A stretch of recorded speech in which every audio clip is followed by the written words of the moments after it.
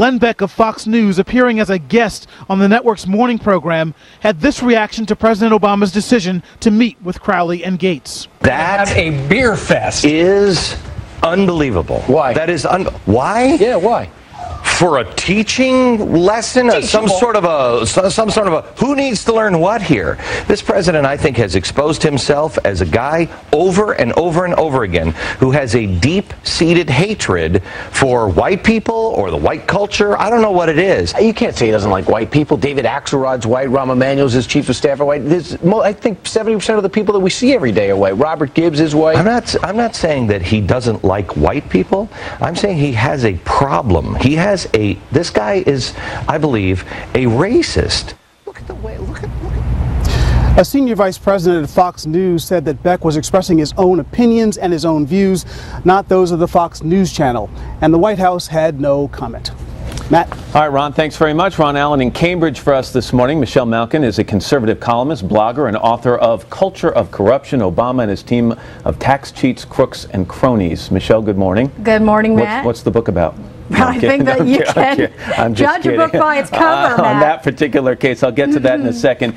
But President Obama says the Gates situation is a teaching moment. What has he learned, do you think, from this situation and the way he's handled it? Well, I think he is a racial opportunist, and I think that he has learned that he shouldn't shoot his mouth off when he explicitly admits that he didn't know what happened. A racial opportunist? He hasn't gotten to where he is today by being a racial opportunist, has he? I think that he took that moment, used a healthcare conference that was a debacle, basically, and took this story, which is really just a local parochial law enforcement story, to try and ensure some sort of moment of his racial authenticity. And it backfired because he was wrong, and he should have admitted it. And I think for a president that has offered up hope and change in a new politics, it's just another example. And I wouldn't say that that's an example of corruption, but I think it is. I think it plays into this idea that a man who has hyped himself as something different and something new is nothing but. You conclude all of that based on one mistake he made in terms of a comment he made? I'm talking about this comment.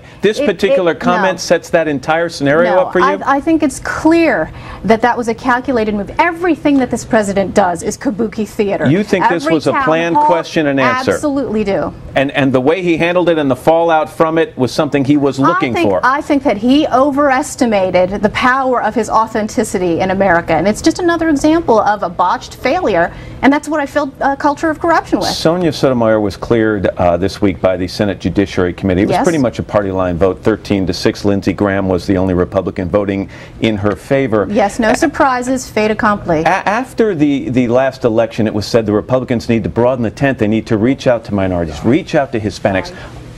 Are those 6 no votes going to hurt Republicans down the road? No, because they were 6 principled votes against racial preferences and the idea that somehow identity politics has a place in the court of law. Why do you think Lindsey Graham voted in favor? I think Lindsey Graham has a history of pandering to this idea that somehow the party should broaden itself for the sake of pandering to diversity.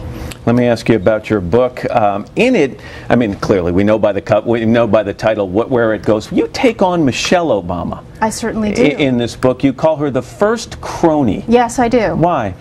Because she was steeped in the politics of the Daley machine. Her father was a patronage appointee of Daley. She's beholden to the type of hardball politics that Barack Obama says he is against. Her entire professional career was based on nepotism, and now she has brought her entire.